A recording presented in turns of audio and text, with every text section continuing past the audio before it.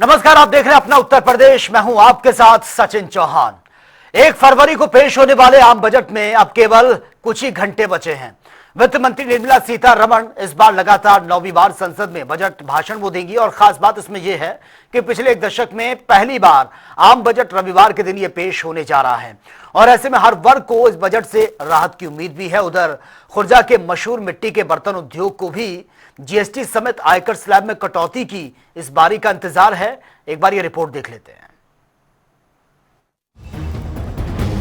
उत्तर प्रदेश के खुर्जा में चीनी मिट्टी के उत्पाद बनाने वालों को केंद्रीय बजट में उद्योग के लिए बेहतर प्रावधानों की उम्मीद है। पहले भी उन्हें राहत मिली है। बुलंदशहर जिले का खुर्जा चीनी मिट्टी उद्योग के लिए मशहूर है। राज्य सरकार ने यहाँ के चीनी मिट्टी उद्योग को एक जिला एक उत्पाद की मान्यता दी है। खुर्जा में चीनी मिट्टी के सैकड़ों कारखाने हैं। व्यापारी और कारीगर कहते हैं कि हाल में जीएसटी में कटौती से उन्हें काफी फायदा हुआ है। पिछले वाले बजट में इंडस्ट्री के लिए काफ़ी जो है बजट दिया गया था। वो बजट के रूप में हमें हर क्षेत्र में मशीनरियों पर, जनरेटर्स पे हमें उसमें राहत मिली, छूट मिली। और जो हमारी डिमांड बहुत टाइम से चलती आ रही थी कि हमारी जो इंडस्ट्री है उस पर जो जीएसटी लगता है, उसके जो कर है वो 12% कर है, 12% लगता है क्रॉकरी पर। फिलहाल अभी कुछ महीने पहले ही उसको हमारे क्रॉकरी के उत्पादन पर लगने वाला कर है उसको 5% कर दिया है। अब चीनी मिट्टी के व्यापारियों को उम्मीद है कि केंद्रीय बजट में आयकर स्लैब में राहत मिले। इससे ज्यादा पूंजी की व्यवस्था होगी, जिससे उनके व्यापार का विस्तार होगा और खुर्जा के मशहूर हस्तकला का निर्यात बढ़ेगा। तो हमारा जो स्लैब है, इनकम टैक्स स्लैब चल रहा है, हालांकि हर साल गवर्नमेंट उस पर राहत देती है। वही मेन ऐसा है कि अगर गवर्नमेंट उस पर और राहत दे दे तो हमारी इंडस्ट्री और उभर जाएंगी और हमारे पास जो बजट कम रहता है, जो फंड कम रहता है, वो हम खुल जाएंगे उसमें और हम आगे जो है देश विदेश के हिसाब से भी क्रॉकरी उत्पादन करेंगे। अभी जो हम एक्सपोर्ट नहीं कर पा रहे हैं पूंजी की कमी की वजह से, वो हमारी पूंजी थोड़ी सी और हमें प्राप्त होगी और हम उसको एक्सपोर्ट के रूप में अपने इंडस्ट्री में उसको लगाएंगे। आशा करते हैं कि सरकार ने जैसे कि एंटी डंपिंग लगाई है, जिससे कि हम फैक्ट्री वाले एक्सपोर्ट कर पाते हैं आराम से। ऐसी और योजनाएं लाएंगी और हमारी मशीनरियों को लेके काफी हम लोगों को प्रमोट करे सरकार। तो ये हम सरकार से आशा करते हैं। कुछ इनकम टैक्स में छूट भी देगी सरकार। तजुर्बेकार कारीगर बताते हैं कि पिछले कुछ सालों से उन्हें ज्यादा काम मिल रहे हैं, जिससे उनकी आमदनी बढ़ रही है। ऑर्डर काम कैसा है? काम काफी अच्छा है, इस वजह से थोड़ा सा काम भी अच्छा चल रहा है। 15-16 साल इस वजह से एक ही कंपनी में इतना काम किया है, जब काम अच्छा है तो उस वजह से जमीन लगा हुआ है। पिछले साल के मुकाबले काम ज्यादा मिल रहा है? ज्यादा मिल रहा है और बार से काफी दिन पे दिन समझो काम भी बढ़िया मिल रहा है और भी तनख्वाह वगैरह अच्छी है। केंद्रीय वित्त मंत्री निर्मला सीतारमण फरवरी में केंद्रीय बजट पेश करेंगी। खुर्जा के मशहूर चीनी मिट्टी उद्योग की उनकी घोषणाओं पर पैनी नजर रहेगी।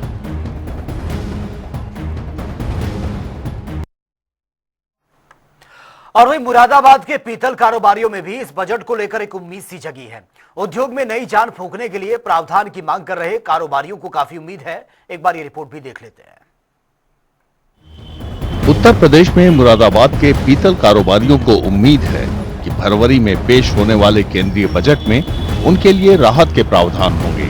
उनके कारोबार में हो रही लगातार गिरावट रुकेगी। मुरादाबाद पीतल उद्योग के लिए मशहूर है, लेकिन लंबे समय से कारीगर मुश्किल से अपना गुजारा कर पा रहे हैं। बदहाली की वजह से कई कारीगर दूसरे पेशों का रुख कर रहे हैं। व्यापारियों का कहना है कि पिछले कुछ सालों से पीतल उत्पादों का निर्यात काफी कम हो गया है। वे सरकार से फौरन मदद की आस लगा रहे हैं। इस बार बहुत डाउन है शहर की कंडीशन और रेट भी बहुत ज्यादा इंक्रीज हो रहा है। उससे ज्यादा बहुत फर्क पड़ रहा है। गवर्नमेंट को चाहिए इस पर ध्यान दें। कारीगर लोग काफी परेशान हैं और अदर काम में आ रहे हैं, वो तो अपना काम छोड़ के। तो सरकार को ये चाहिए इस पर ध्यान दें ताकि ये काम फिर से उठे, तरक्की करे। मैं मुरादाबाद से आता हूँ। यहाँ पर पीतल नगरी के नाम से पूरी दुनिया में हमारा शहर मशहूर है, लेकिन आज इंडस्ट्री की हालत यह है कि मैं समझता हूँ कि 100% जो काम कभी हुआ करता था वो आज 40% रह गया है। युवा परेशान है, मजदूर परेशान है, हर तबके का बंदा इस वक्त परेशान है। तो मैं सरकार से उम्मीद करूंगा कि आने वाले बजट में युवाओं का, मजदूरों का, जो नीचे तबके के लोग हैं उनका ध्यान रखा जाए। व्यापारी पीतल उद्योग के खुशहाल दिनों को याद करते हैं। उन दिनों उनका निर्यात चरम पर था। अब तो कई कारखाने लागत भी मुश्किल से निकाल पा रहे हैं। पिछले कई सालों से हम देख रहे हैं कि जो एक्सपोर्ट पूरी दुनिया में होता था यहाँ 100%, आज की डेट में वो मुश्किल से मेरे हिसाब से 25 से 30% रह गया। जो बड़ी बड़ी जो फैक्ट्रीज थी जो बहुत अच्छा एक्सपोर्ट करते थे, उनका एक्सपोर्ट आज बिल्कुल 20-25% रह गया है, जिसकी वजह से उन लोगों के अपने फैक्ट्री के एक्सपेंसेस हैं वो निकालना बहुत ज़्यादा मुश्किल हो गया है। तो मैं यही चाहूँगा कि बजट ऐसा लाएं जिससे युवाएं और जो रोजगार है वो ज़्यादा से ज़्यादा होना चाहिए। पीतल व्यापारियों का कहना है कि पहले सरकार प्रोत्साहन देती थी, इससे कच्चे सामानों की लागत कम करने में मदद मिलती थी। उनका कहना है कि अब सरकार से सहयोग नहीं मिल रहा। जो मुरादाबाद का निर्यात है वो बहुत मुश्किल हालात में चल रहा है, क्योंकि पहले ड्रॉबैक मिलता था, इंसेंटिव्स मिलते थे, लगभग 12.5% ड्रॉबैक मिलता था, और उसके अलावा 7% जब फॉरेन एक्सचेंज आती थी भारत में विदेशी मुद्रा, तो उसको BRC बनवा के बैंकलाइजेशन सर्टिफिकेट 7% का फोकस लाइसेंस और मिलता था। अब वो सब चीज़ें ख़त्म हो गई हैं। उससे क्या होता था, जो महंगाई का असर था वो कहीं ना कहीं उस चीज़ों से पूरा होता था। केंद्रीय वित्त मंत्री निर्मला सीतारमण फरवरी में बजट पेश करेंगी। मुरादाबाद के पीतल व्यापारियों को बेसब्री से बजट का इंतजार है। पीतल उद्योग में नई जान फूंकने का कोई भी प्रावधान उनके लिए बहुत बड़ी खबर होगी। इलाहाबाद हाईकोर्ट ने उत्तर प्रदेश में बढ़ती पुलिस मुठभेड़, विशेष रूप से आरोपियों के पैरों में गोली मारकर उन्हें एनकाउंटर बताने की प्रवृत्ति पर अपनी गहरी चिंता व्यक्त की है। इलाहाबाद हाईकोर्ट ने यूपी पुलिस के हाफ एनकाउंटर के तरीके पर कड़ी फटकार लगाते हुए नाराजगी भी जताई है और इसे लेकर अब प्रतिक्रियाएं भी सामने आई हैं। पूर्व डीजीपी समेत राजनीतिक दलों का क्या कुछ कहना है, एक बार वो सुन लेते हैं। मैं हाईकोर्ट की इस बात से पूर्णतः सहमत हूं कि अगर कोई ऐसा इसलिए कर रहा है पुलिसकर्मी कि अपने सीनियर्स को खुश करे, या कोई रील बनाने के लिए कर रहा है, या वाही लूटने के लिए कर रहा है, तो ये सर्वथा अनुचित है। बहुत से प्रकरण ऐसे भी होते हैं जब मुठभेड़ होती है बदमाशों से, तो कभी कभी ये पुलिस की मजबूरी भी होती है और प्रयास यही रहता है कि घुटने से नीचे मारा जाए, जिससे कि किसी वाइटल पार्ट पे गोली ना लगे, जिससे कि उनकी मौत ना हो। ऐसे में तो एनकाउंटर जायज़ है, पर अगर कोई इसको केवल इस मात्र से कर रहा, इस वजह से कर रहा है कि उसको पब्लिसिटी मिले और उसकी वो रील बनाए और कोई प्रमोशन पाने के लिए या रिवार्ड पाने के लिए ऐसा करे, तो ये सर्वथा अनुचित है। और मैं हाई कोर्ट की इस बात से, पुलिस विभाग एक अत्यंत अनुशासित विभाग है और हम सब माननीय इलाहाबाद हाई कोर्ट के दिए हुए व्यवस्था का स्वागत करते हैं। और उन्होंने केवल यही कहा है कि 2014 में जो सुप्रीम कोर्ट ने व्यवस्था दी थी, peoples union of civil liberties बनाम स्टेट ऑफ महाराष्ट्र, उसमें जो मुठभेड़ों को लेकर के जो चेक्स एंड बैलेंसेस और चेकलिस्ट दी थी, उसका अक्षरशः अनुपालन होना चाहिए। और इसके संदर्भ में ये भी कहा गया था कि जब कभी कोई मुठभेड़ होती है तो उसके बारे में कुछ चेक्स एंड बैलेंसेस हैं कि FIR किसी नज़दीक के थाने में, और उसमें पूरा घटनाक्रम का ब्यौरा होना चाहिए। उसमें पुलिसकर्मी जो कि असॉल्ट पार्टी में थे उनका नाम डालने की आवश्यकता नहीं है। और अगर पीड़ित परिवार, मृतक का परिवार, घायल का परिवार ये समझता है कि उसके साथ न्याय नहीं हुआ, तो सेशंस जज के यहाँ जाकर के वो इसके बारे में शिकायत कर सकता है, जिसके बारे में सेशंस जज कार्रवाई करेंगे। और ये संतोष का विषय है कि ये चेक्स एंड बैलेंसेस को दोबारा माननीय उच्च न्यायालय ने सबके संज्ञान में दिया है। और उनकी टिप्पणी भी है कि ऐसा प्रतीत होता है कि ऑपरेशन लंगड़ा, ऑपरेशन हाफ फ्राई इसलिए किए जाते हैं जिससे कि उनको आउट ऑफ टर्न प्रमोशन मिल जाए, या उनके वरिष्ठ अधिकारी उनको शाबाशी दें, वाहवाही हो और जनता में उनकी छवि अच्छी हो जाए। ये सही है और संतोषजनक है कि माननीय उच्च न्यायालय की दी हुई व्यवस्था का अक्षरशः पालन होना ही चाहिए। अदालतों में अभी भी सरकार के पक्ष में खड़े होने के लिए सरकारी वकील होते हैं। जो कोई PIL करता है, शिकायत करता है, उसका डिफेंस करने के लिए सरकारी वकील होते हैं। इसलिए बहुत सारे तथ्य छुपा लिए जा रहे हैं। अगर सही से जांच हो जाए तो आधे से ज़्यादा पुलिस के अधिकारी जेल चले जाएंगे। हर व्यक्ति को समझ में आता है कि एक अपराधी पकड़ते हैं, वो अपराधी पुलिस के दरोगा की रिवॉल्वर छीन के भागने की कोशिश करता है और मारा जाता है। हर बार अपराधी पकड़े जाने के बाद उनका हथियार छीनता है, लेकिन फिर भी पुलिस सतर्क नहीं रहती, हर बार अपना हथियार छिनवा देते हैं। तो ये कहानियाँ जनता भी जान रही है, लोग भी जान रहे हैं। कुछ तथ्य छिपा लिए जा रहे हैं, वो तथ्य जब सामने आएंगे तो बड़ी संख्या में हत्या करने वाले, लोगों को अपाहिज करने वाले लोग को जेल जाना पड़ेगा। जिसने अपराध किया है उसको सजा देने का काम अदालतों का है, वो अदालतों को करना देना चाहिए। मैं दहशतगर्द हूं, मरने पे बेटा बोल सकता है और पुलिस की मार के आगे तो मुर्दा बोल सकता है। आप कितनी भी गाइडलाइन बनवा लीजिए कोर्ट वालों, माननीय हाईकोर्ट कितनी गाइडलाइन बनवा ले, लेकिन पुलिस वाले जिस तरीके से सिर्फ गैलेंट्री अवार्ड पाने के लिए, सरकार को खुश करने के लिए और शासन और सत्ता अपने विरोधियों को निपटाने के लिए, हिंदू मुसलमान करने के लिए, आरोपियों को बिना किसी वजह के हाफ इनकाउंटर करने की जो कोशिश कर रही है, ये एक अक्षम्य अपराध की तरीके से है और मानवाधिकार को भी इसका संज्ञान लेना चाहिए। हम कोर्ट के इस फैसले का स्वागत करते हैं, लेकिन कोर्ट को साथ साथ में ये भी जरूर दे देना चाहिए कि ये फैसला सही तरीके से लागू हो, ताकि पुलिस वालों के मन में भी भय प्राप्त हो। और वही कांग्रेस प्रवक्ता अंशु अवस्थी ने बीजेपी सरकार पर निशाना साधा और कहा कि यह सरकार अपराध को रोक पाने में पूरी तरह से विफल साबित हुई है। भाजपा योगी आदित्यनाथ सरकार अपराध को रोक पाने में पूरी तरीके से फेल हो चुकी है और जो अधिकारी हैं वो बेलगाम है। उत्तर प्रदेश की योगी आदित्यनाथ सरकार का जो प्रशासनिक मशीनरी है उन पर कमान नहीं है, कंट्रोल नहीं है।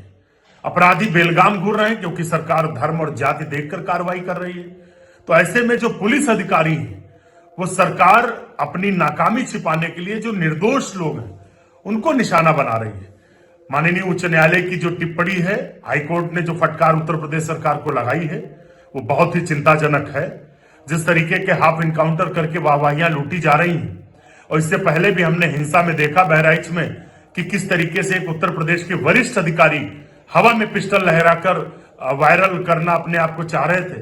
तो ये दिखाता है कि भाजपा सरकार में कानून का शासन नहीं है। यूपी सरकार पुलिस स्टेट बनाना चाहती है। न्याय देना न्यायालय का काम है, सजा देना न्यायालय का काम है। पुलिस का काम है तथ्यों को जुटाना, अपराधियों पर कंट्रोल करना, अपराधियों को पकड़ना। वो उस काम को नहीं कर पा रहे हैं, उसके अलावा सभी काम कर रहे हैं। और उधर बलिया में मुख्यमंत्री सामूहिक विवाह योजना के तहत भव्य समारोह का आयोजन भी किया गया, जहां पर कुल 227 जोड़ों ने एक साथ वैवाहिक जीवन की शुरुआत ये की है। वहीं परिवहन मंत्री दयाशंकर सिंह समारोह में मुख्य अतिथि के तौर पर उन्होंने शिरकत की है, जहां पर उन्होंने सभी नवविवाहित जोड़ों को आशीर्वाद भी दिया और सरकार की इस योजना को गरीब परिवार के लिए बड़ा सहारा भी बताया।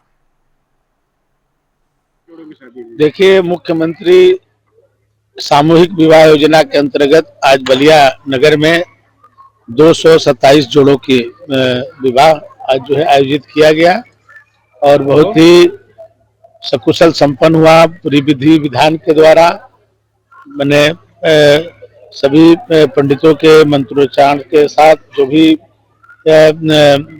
विधि है उस विधि के अनुसार, और यहाँ पर खाने होने की भी अच्छी व्यवस्था और बड़े स्वादिष्ट भोजन, और सभी हम लोगों ने भी भोजन किया, सभी अतिथि भी यहीं भोजन किए।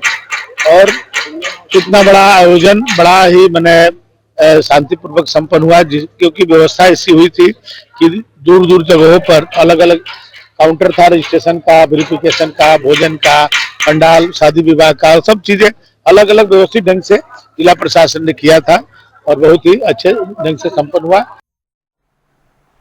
और वहीं फतेहपुर से एक हैरान कर देने वाली तस्वीर सामने आई है, जहां पर जिला अस्पताल में खुलेआम स्वास्थ्य मानकों की धज्जियां उड़ाई जा रही हैं। दरअसल जिला अस्पताल में गंदगी का अंबार है। अस्पताल के अंदर और बाहर हर और मेडिकल वेस्ट जो है वो नजर आ रहा है। आप देख सकते हैं संक्रमण का खतरा लगातार बना हुआ है। हालात ये हो चुके हैं कि दुर्गंध के कारण लोगों का वहां से गुजरना मुश्किल हो गया है। ऐसे में जिला अस्पताल जैसी संवेदनशील जगहों पर ऐसी लापरवाही सीधे सरकारी योजनाओं पर सवाल खड़े करती है। कहना है कि समय समय पर नगर पालिका को रेगुलर बेसिस पे एप्लीकेशन के द्वारा सूचित किया जाता है और कचरे के डब्बे भर गए हैं तो उनको खाली कराने के लिए पुनः भेज दिया गया है सूचना और जल्दी खाली हो जाएगा। कितनी बार आपने शिकायत की है इसकी? नहीं, रेगुलर बेसिस पे इनको जो है लगातार सूचना दी जाती है। कब से यहाँ पर कचरे डब्बे उठाने नहीं आए, साफ सफाई के लिए कब से नहीं आए नगर पालिका कर्मचारी? भी बता पाना तो मुश्किल है कि कब आते हैं, क्योंकि नगर पालिका गाड़ी आती है और कचरे ले जाती है, लेकिन डब्बे भरे हुए हैं, यानी कि जो है कुछ दिनों से डब्बे खाली नहीं हैं।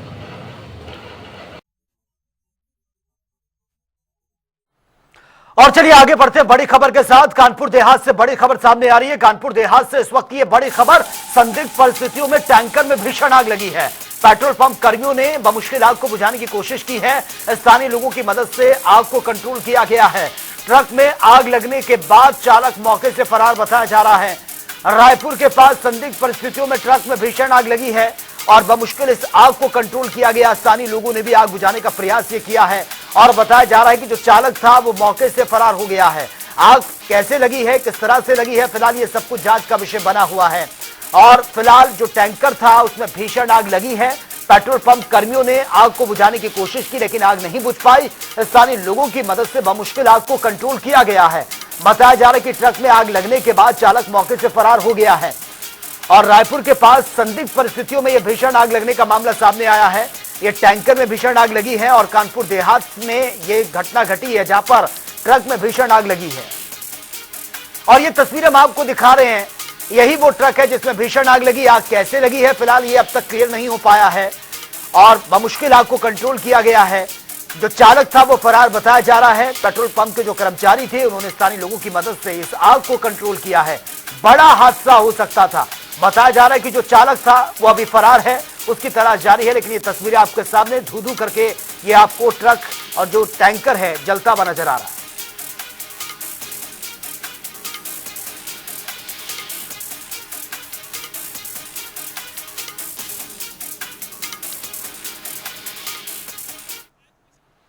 चलिए आगे बढ़ते। राजधानी लखनऊ के नगर पंचायत मोहना से हैरान कर देने वाली तस्वीर सामने आई है जहां पर विद्या के मंदिर में बच्चों के उज्जवल भविष्य के साथ खिलवाड़ करने का आरोप है।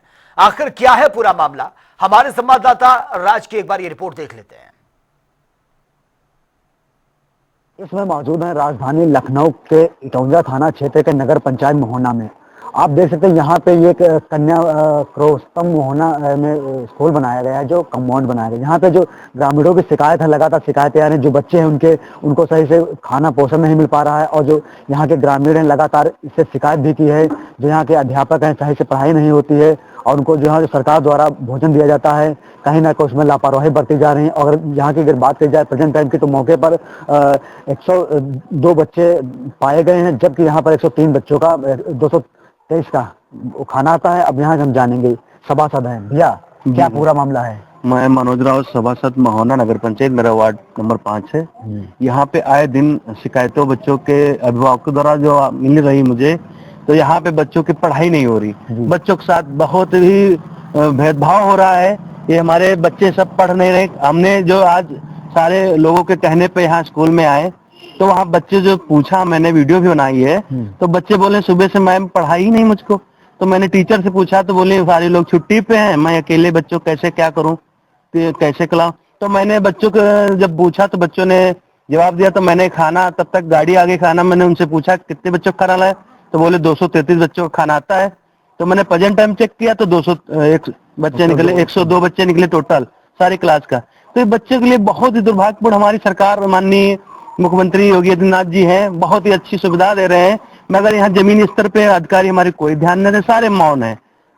इनके लिए कोई सुविधा नहीं हो रही है। ये लगातार यहाँ के नगर पंचायत के सभासद जो उनका साफ तौर से कहना है कि लगातार ये जो स्कूल है यहाँ पे बच्चों के लिए बच्चों के संग पढ़ाई से खिलवाड़ किया जा रहा है और सरकार द्वारा रसद जो खाना वितरण किया जाता है वो सही टाइम पर दिया जाता है। और इसकी बात की जाए तो 102 बच्चे मौके पर पाए गए हैं जहाँ पर 233 बच्चों का खाना सामग्री जो आती है वो बच्चों के लिए नहीं है। हालांकि हमारे संग खाना मिलता है बच्चों का, किस तरह की दिक्कतें आ रही है? खाना अपने अपने घर ले जाते हैं। कौन लेके चलाता है? मतलब जो खाना बांटा जा जाती है वो लगे ले जाती देखने का। अच्छा, अपने घर लेके जाती हैं, बच्चों को नहीं मिल पाता है? कहाँ मिल पाता है? तुम्हारे क्या बच्चे पढ़ते हैं? हमारे दो बच्चे पढ़ते हैं। कौन से क्लास में है? अभी कक्षा में है और कक्षा 2 में है। ये बताइए, ये लगातार यहाँ के नागरिक थे जो उन्होंने बताया कि यहाँ के जो टीचर हैं या मास्टर हैं, प्रिंसिपल हैं, बच्चों को खाना पूर्ति नहीं दे पा रहे हैं, जिससे लगातार घर ले जाती हैं। ले जाने का आरोप है इनका, साफ तौर से कहना है। कैमरा पर्सन रियाज के साथ राजेंद्र, लखनऊ। और उधर श्रावस्ती में अवैध मजार को लेकर विवाद थमने का नाम नहीं ले रहा है। दरअसल ये पूरा मामला इकोना तहसील के तिलकपुर ग्राम सभा का है, जहां पर प्रशासन की ओर से 24 अक्टूबर 2024 को नोटिस और जांच के बाद भी कोई ठोस एक्शन नहीं हुआ है। हिंदू आबादी के बीच स्थित मजार पर पशुओं की बलि देने के भी आरोप हैं, जिसे लेकर ग्रामीणों में आक्रोश भी देखने को मिल रहा है। तनाव की आशंका भी जताई जा रही है। वहीं मामले में प्रशासनिक निष्क्रियता पर भी सवाल उठ रहे हैं। आक्रोशितों ने जल्द और कठोर कार्रवाई की अब इस पर मांग भी की है।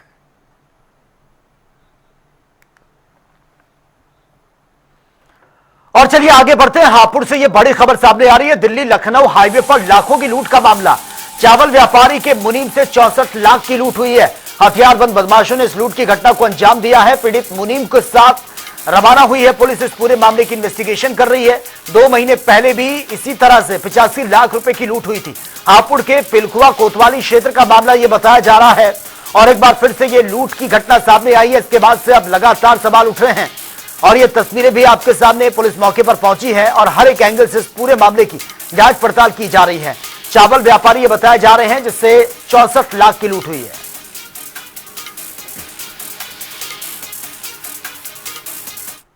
तो चलिए बात होगी तमाम खबरों की ताबड़तोड़ अंदाज में। लखीमपुर खीरी में ओवरलोडेड गन्ना ट्रकों का कहर जारी है। लखीमपुर ऑयल रोड पर ट्रक पलट गया, एक की मौत की खबर, 2 घायल हैं। लखनऊ के बीकेटी इंटौजा थाना क्षेत्र में आम के पेड़ से लटका मिला युवक का शव, गांव में मचा हड़कंप। आगरा के एडिशनल सीजेएम से 10 लाख की रंगदारी की मांग और जान से मारने की धमकी, गाली गलौज, हरी पर्वत थाने में मुकदमा दर्ज। फतेहपुर में दरवाजे के बाहर पानी बहाने को लेकर 2 पक्ष में झगड़ा हो गया, लाठी डंडे चले हैं, मारपीट हुई है। वीडियो सोशल मीडिया पर वायरल। मुरादाबाद में फर्जी नाम से सोशल मीडिया पर दोस्ती कर युवती से दुष्कर्म का आरोप है। आरोपी शाहरुख गिरफ्तार, धर्मांतरण का दबाव बनाने का मामला। आगरा में घने कोहरे से इनर रिंग रोड पर कई गाड़ियां आपस में टकरा गई हैं। टोल निर्माण के लिए डाली गई मिट्टी बनी हादसों की वजह। वाराणसी में कप सिरप तस्करी मामले में सोनभद्र एसआईटी की बड़ी कार्रवाई, शहर में कई जगह अवैध संपत्तियां सीज होंगी। सहारनपुर में सरकारी प्राइमरी स्कूल के छोटे बच्चों से बर्तन धुलवाने का आरोप, वायरल वीडियो के बाद शिक्षा विभाग की प्रणाली पर उठ रहे सवाल। बदायूं के इस्लामन नगर में क्षेत्र में तेज रफ्तार ट्रैक्टर ट्रॉली और यह टक्कर जबरदस्त हुई है और बताया जा रहा है एक की मौत हुई है, परिवार में कोहराम मच गया। सहारनपुर में पैमाइश के दौरान पटवारी की मौजूदगी में शिकायतकर्ता पर लाठी डंडों से हमला, वीडियो सोशल मीडिया पर वायरल। अंबेडकर नगर में डांडा तहसील में रिटायर्ड तहसीलदार से पुलिस की बदसलूकी का आरोप, फाइल को लेकर विवाद के बाद कोतवाली ले जाया गया। लखनऊ में जनसंख्या नियंत्रण कानून की मांग को लेकर विश्व हिंदू महासंघ की पदयात्रा, बस्ती से राजभवन तक मार्च कर राज्यपाल को सौंपा ज्ञापन। बिजनौर में धामपुर में घर में घुसकर मारपीट, बुजुर्ग महिला की मौत, दूसरी महिला गंभीर रूप से, गांव में डर का माहौल। बरेली में अंडर कंस्ट्रक्शन पुल पर रील बनाते समय 22 साल के फैजान की दर्दनाक मौत, गिरने के बाद दीवार के नीचे दबा हुआ। बस्ती में कोतवाली से चंद कदम की दूरी पर दिन दहाड़े हमला, रॉयल कैफे मोड़ पर युवकों की हत्या की कोशिश, आरोपी फरार। लखीमपुर खीरी में मामूली विवाद में पति ने पत्नी की चाकू से गोंदकर हत्या, काशीपुर कॉलोनी में सनसनी, आरोपी फरार। चुनाव को लेकर महानवादी पार्टी का जनसंपर्क अभियान तेज, 1 फरवरी को नुमाइश पंडाल में विशाल जनसभा, राष्ट्रीय नेतृत्व करेगा संबोधन। बदायूं में सहसवान में संदिग्ध हालत में 65 साल की महिला का शव मिलने से हड़कंप, कोतवाली पुलिस जांच में जुटी। अलीगढ़ में अज्ञात वाहन की टक्कर से बाइक सवार दंपत्ति और बेटा गंभीर रूप से घायल, तीनों को जिला अस्पताल रेफर करना पड़ा।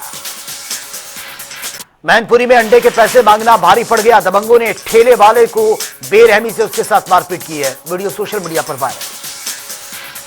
अमरोहा में यूपी वन मंत्री केपी मलिक ने की समीक्षा मीटिंग, विकास कार्यों और कानून व्यवस्था पर सख्त निर्देश, स्वामी अविमुक्तेश्वरानंद को लेकर भी दिया बड़ा बयान। रायबरेली में पुलिस हिरासत में युवक की बिगड़ी हालत, स्मैक मामले में हिरासत में लिया गया था विजय, अस्पताल में भर्ती है, हड़कंप मच गया। हापुड़ में हाईवे 9 पर डग्गामार बसों